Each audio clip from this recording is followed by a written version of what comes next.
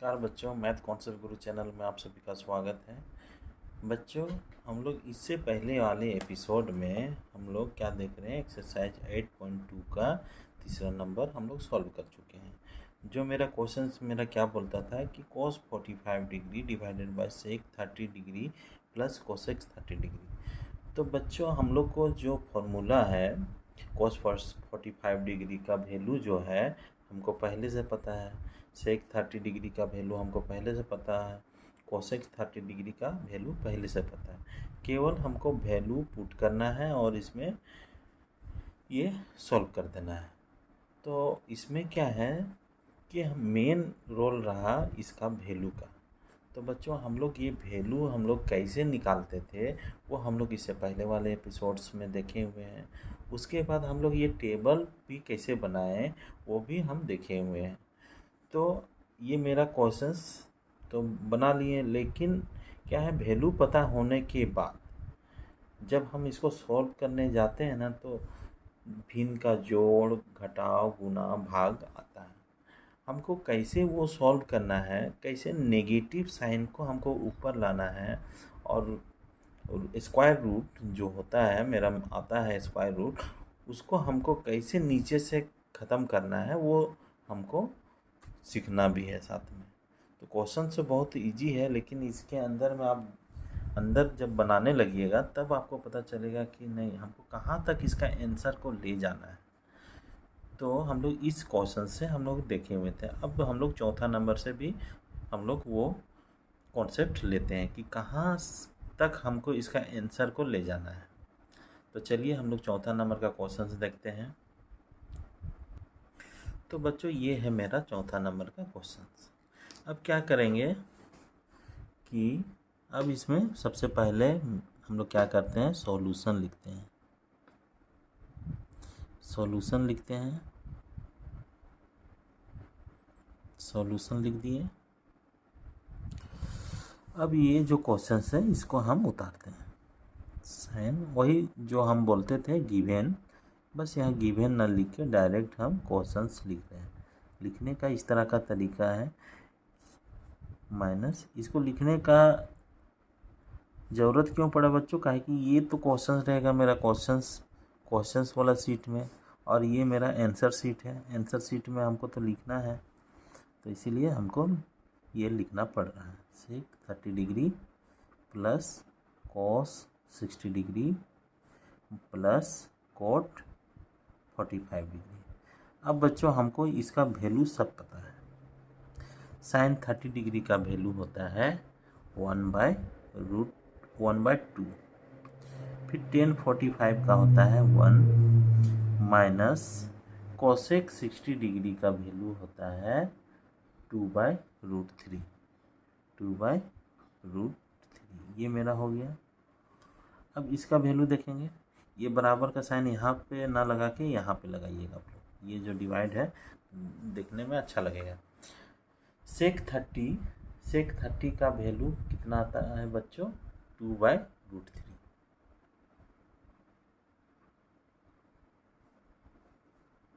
फिर ये प्लस है।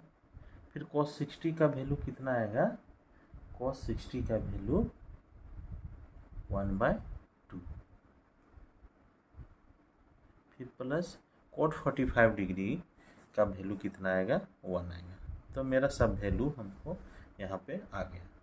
तो बच्चों, ये क्वेश्चंस जो है आप लोग इसको याद करते जाइएगा। साइन 30 डिग्री जिन बच्चों को याद नहीं होता है या जो रिवीजन करना चाहते हैं, साइन 30 डिग्री का वैल्यू डायरेक्ट 1/2 याद रखेंगे, tan 45 डिग्री का 1, फिर कोसेक 60 डिग्री का 2/√3। 2/√3 इस तरह सेक 30 का 2/√3, उसके बाद cos 60 का 1/2, फिर कोट का 45 डिग्री। अब tan 45 और कोट 45 में दोनों का वैल्यू 1 होता है। कैसे होता है वो हम लोग सीख चुके हैं, केवल हम याद करना चाह रहे हैं। बार बार आप प्रैक्टिस कीजिएगा तो ये याद हो जाएगा। अब देखिए, ऊपर वाला क्या है, भिन्न का जोड़ घटाव है, नीचे वाला भी क्या है, भिन्न का जोड़ घटाव, और ये है भाग का मतलब डिवीजन का ये लाइन है। तो देखिए क्या करते हैं, अब हम लोग जो ऊपर वाले को बोलते हैं अंश, नीचे वाले को बोलते हैं हर। ये एक के बदले में क्या होता है, 1/1 भी लिख सकते हैं इसको। कोई भी संख्या अगर ऐसे ही लिखा हुआ रहे, मान लीजिए कि इस तरह का लिखा हुआ रहे, उसका मतलब है इसके नीचे में 1 है। ये हमको समझना है, मतलब भिन्न बना देना है उसको। तो इसमें अंश और हर आ गया, न्यूमरेटर और डिनोमिनेटर। तो ऊपर वाले को बोला जाता है बच्चों न्यूमरेटर और नीचे वाले को बोलते हैं डिनोमिनेटर। तो ये मेरा हो गया।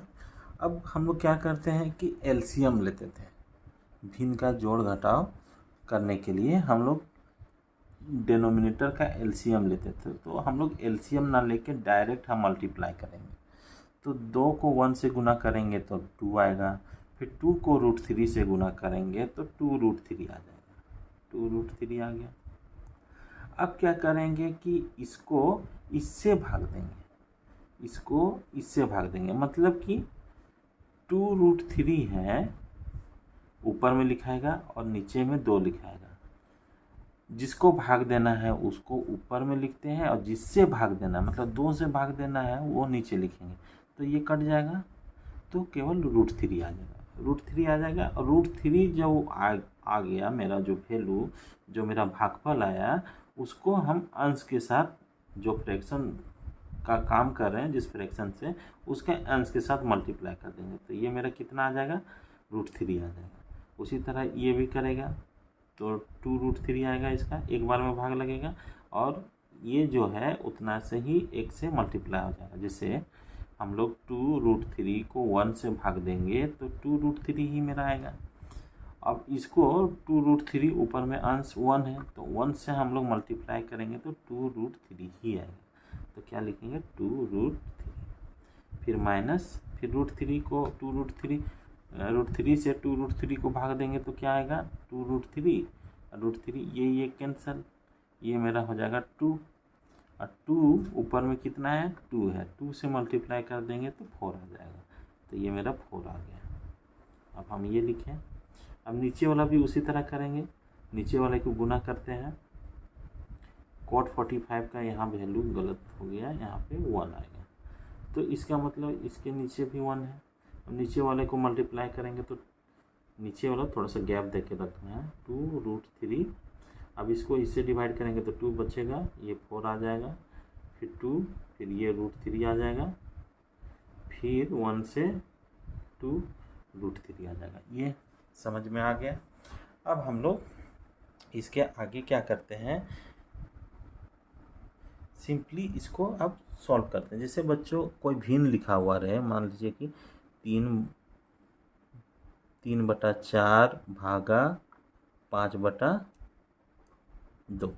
अगर इस तरह का हम लोग देखे हुए हैं, इससे हम लोग बचपन वाले क्लास में, तो इसको सॉल्व कैसे करते थे, 3/4 गुना 2/5।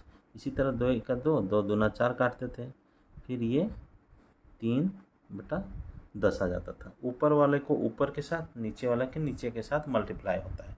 याद रखिएगा, भिन्न में ऊपर वाला ऊपर के साथ मल्टीप्लाई होगा, नीचे वाला नीचे के साथ मल्टीप्लाई होगा, और जो डिवीजन होगा वो मेरा गुना में हो जाएगा।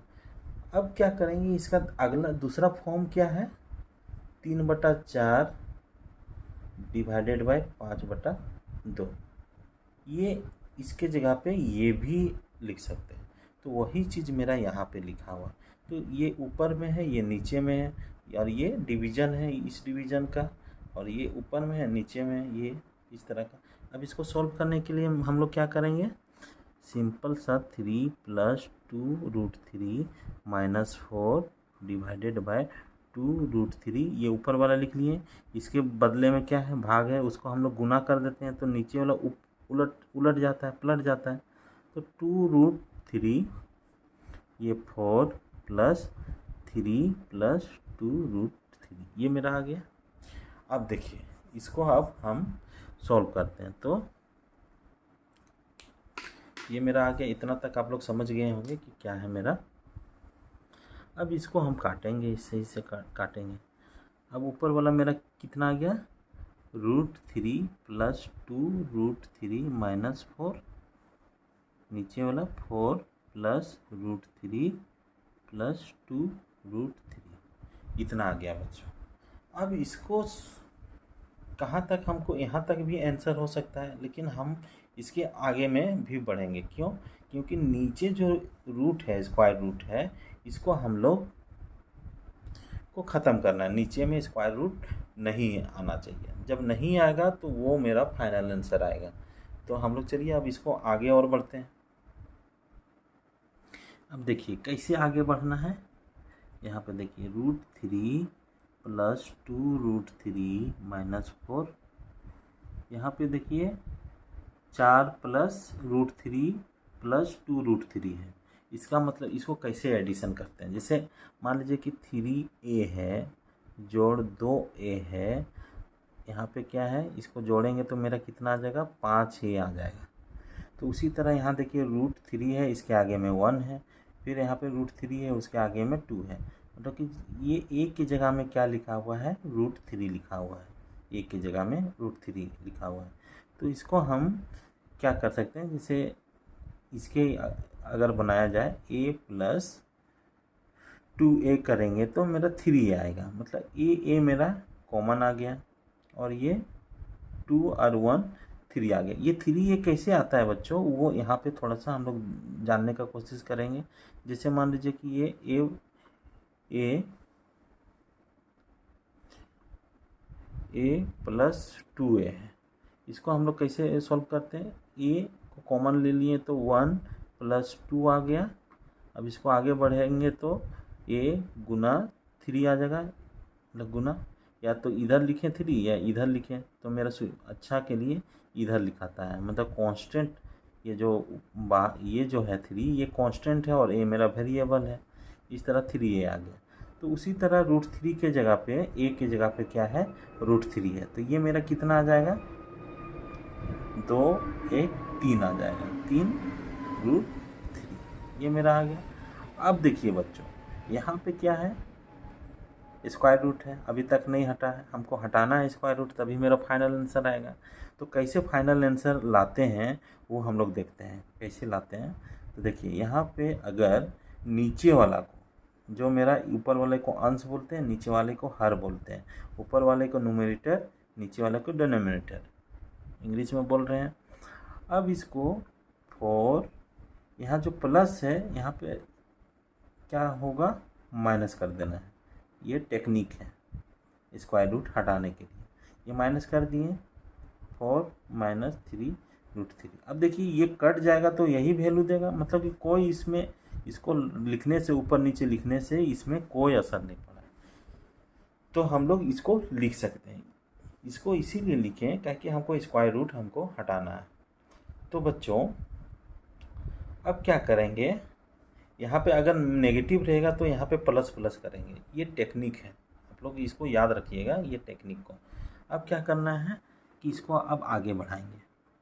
आगे बढ़ाएंगे तो कैसे आगे बढ़ाएंगे, देखिए ये जो है इसको, ये क्या है, a + b है, फिर गुना है, ये जो भिन्न है ऊपर वाले को ऊपर से मल्टीप्लाई करते हैं, नीचे वाले को नीचे से मल्टीप्लाई करते हैं। तो नीचे के जगह में एक आता है और एक बात, a + b a - b। अगर इस फॉर्म में रहे, इसको अगर हम सॉल्व करेंगे तो कितना आएगा, a को a - b से मल्टीप्लाई कर देंगे, b को फिर a - b से मल्टीप्लाई कर देंगे, तो a² आ जाएगा, -ab आ जाएगा, फिर +ab आ जाएगा, -b² आ जाएगा। ये कैंसल नहीं होता है बच्चों। सेम संख्या को सेम संख्या से माइनस करेंगे तो 0 आएगा। तो ये सेम है, ए बी है, ये भी है, तो ये 0 होता है। और बोलचाल की भाषा में हम लोग बोलती हैं कि काट दिए इसको, तो एक्चुअली में काटता नहीं है, वो 0 हो जाता है। तो ये मेरा क्या आ जाएगा, a² - b²। देखिए इस फॉर्म के बदले में हम ये लिख सकते हैं। अब इसको ये दोनों से कंपेयर करेंगे, a + b। तो a + b, a की जगह में 4 है, b की जगह में 3√3 है। ये बार बार प्रैक्टिस कीजिएगा तभी कॉन्फिडेंस आएगा। यहाँ पे a की जगह 4 है, फिर माइनस यहाँ है, फिर b है। तो इसके बदले में हम लिख सकते हैं यहाँ पे इसके बदले में ए स्क्वायर लिखा है माइनस बी स्क्वायर, तो हम लोग इसको लिख सकते हैं 4 स्क्वायर माइनस 3√3 का स्क्वायर। ये आ गया, उसी जैसा है, सिंपल है। यहाँ पे केवल नंबर लिखा हुआ है, यहाँ पे नंबर नहीं लिखा हुआ है। अब देखिए ये है, अब ऊपर वाले को मल्टीप्लाई करेंगे। √3 कैसे मल्टीप्लाई करते हैं वो भी देखते जाइए, सीखना है हमको हर एक चीज़, एक एक स्टेप। 4 माइनस 3√3। अब देखिए मल्टीप्लाई कैसे किया जाता है। जब इस तरह का रहेगा मल्टीप्लाई, तो इसको पकड़ेंगे, ये दोनों से मल्टीप्लाई करेंगे, फिर इसको पकड़ेंगे, फिर ये दोनों से मल्टीप्लाई करेंगे, इसको पकड़ेंगे, फिर ये दोनों से मल्टीप्लाई करेंगे, और साइन जो है वही लिखाएगा। और साइन कैसे लिखाता है वो हम लोग देखते हैं। अब ये थोड़ा सा पेज इसमें भर चुका है, तो एक दूसरा पेज में हम लोग देखते हैं।